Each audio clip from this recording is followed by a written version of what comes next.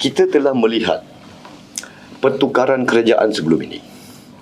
Tidak ada di dalam TikTok seolah-olah nak merosakkan kerajaan yang ada. Parti-parti, ketua parti, dia bawa Setiausaha Agung, dia terus pergi jumpa Agung. Ya, ada dua Kebawah Duli Yang Maha Mulia, Seri Paduka Baginda Dipertuan Agung. 2 kali. Tak ada isu, you bercakap 10 hari, tak berlaku apa-apa lagi. Seolah-olah macam nak memudaratkan demokrasi berparlimen itu. Kalau kita lihat 2 kali, lesson learn yang kita ada. Kan? I ada numbers, I terus pergi ke bawah Duli, Tuanku Agong, kita pun ketua parti yang memakdumkan. Dia number yang itu memang kita tahu ke bawah Duli, Tuanku dengan bijaksananya telah menguruskan 2 kali.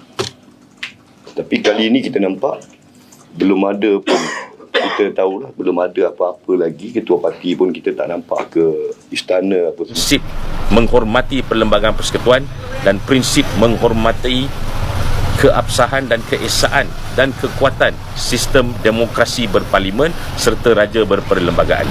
Oleh kerana itu, saya merasakan ada keperluan yang penting untuk memahamkan rakyat mengenai undang-undang berkenaan dengan apa yang kita selalu risau dan katakan sebagai aktiviti yang memudaratkan demokrasi berparlimen. Sedangkan menukar seorang Perdana Menteri, mempercayai dan atau menarik balik kepercayaan kepada seorang Perdana Menteri, itu dibenarkan di sisi undang-undang.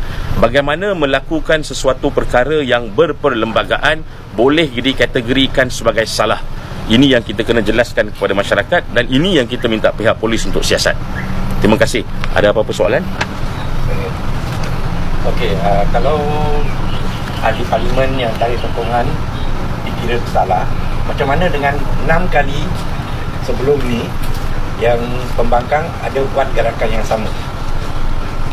Inilah yang kita katakan, apabila 5 atau 6 mereka daripada ahli-ahli parlimen Perikatan Nasional tempoh hari telah menyatakan mengalih sokongan kepada Perdana Menteri, mengapa pada waktu dan ketika itu tidak ada sebarang gesaan untuk melakukan laporan polis dan sebagainya? Sedangkan apabila kena kepada kepala sendiri, kena kepada Perdana Menteri sendiri, kena kepada parti sendiri, baru tiba-tiba digesa untuk melakukan laporan-laporan polis dan sebagainya. Perkara 43 dalam kurungan 4 jelas seorang Perdana Menteri itu hanya menjadi Perdana Menteri selama mana dia mempunyai kepercayaan majoriti keseluruhan Dewan Rakyat. Dan kepercayaan majoriti ini dan sokongan majoriti ini mestilah kekal, bukan pada hari pertama dia masuk parlimen, tetapi mesti kekal sepenuhnya, sepenuh penggal. Perkara ini terbukti apabila pada Februari 2020 Tun Dr. Mahathir mendapati diri beliau sebagai Perdana Menteri Malaysia yang ke-7 telah pun hilang kepercayaan majoriti. Apa yang dia buat? Dia pergi letak jawatan. Dan perkara ini berlaku pada tahun 2008 bagi situasi yang membabitkan Menteri Besar Perak pada waktu itu. So maknanya kepercayaan ini boleh ditarik balik. Ramai juga yang salah sangka, dan dalam laporan polis juga saya telah nyatakan, dalam kenyataan kepada pihak polis dan mentah terima saya telah nyatakan, ramai yang salah sangka. Dia kata, oh sekarang sudah ada aktiviti akta anti lompat parti. Akta anti lompat parti, dia tidak boleh melebihi perlembagaan persekutuan.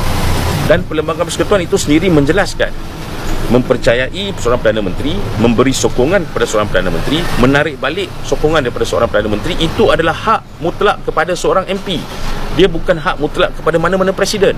Dia tidak boleh dihalang dari segi undang-undang untuk menyatakan sokongan dan atau menarik balik sokongan daripada mana-mana Perdana Menteri. Jadi concern pejuang kenapa nak involve dalam isu macam ni, Tuan? Betul, terima kasih. Ramai yang kata alamak pejuang tak ada kerusi dalam parlimen. Okey, fine. Pejuang memang tak ada kerusi dalam parlimen. Tetapi pejuang akan mempertahankan hak rakyat untuk bersuara. Saya tidak lihat mana-mana suara yang menyatakan atau menyanggah apa yang dikatakan oleh pihak Ketua Setiausaha Politik kepada Perdana Menteri semalam. Pejuang timbul di sini atau wujud di sini hari ini untuk menyatakan bahawa apa-apa tindakan yang mesti ada kena-mengena dengan demokrasi berparlimen dan atau apa-apa tindakan yang berkenaan dengan memilih atau tidak memilih atau tidak menyokong lagi seorang Perdana Menteri mesti dan boleh dilakukan melalui perlembagaan. seperti mana saya nyatakan tadi, pejuang akan menyokong sentiasa kedaulatan undang-undang, dan pejuang pun ingin bersuara bagi pihak rakyat. Sebab saya lihat daripada segi mempersoalkan untuk pihak rakyat, di manakah suara orang lain yang bersuaranya, di manakah suara ahli-ahli parlimen lain untuk menyatakan hak untuk memilih dan menyokong Perdana Menteri, dan hak untuk menarik balik kepercayaan atau sokongan daripada seorang Perdana Menteri adalah hak mutlak seorang ahli parlimen. Sebab itu pejuang datang dan membuat laporan polis ini.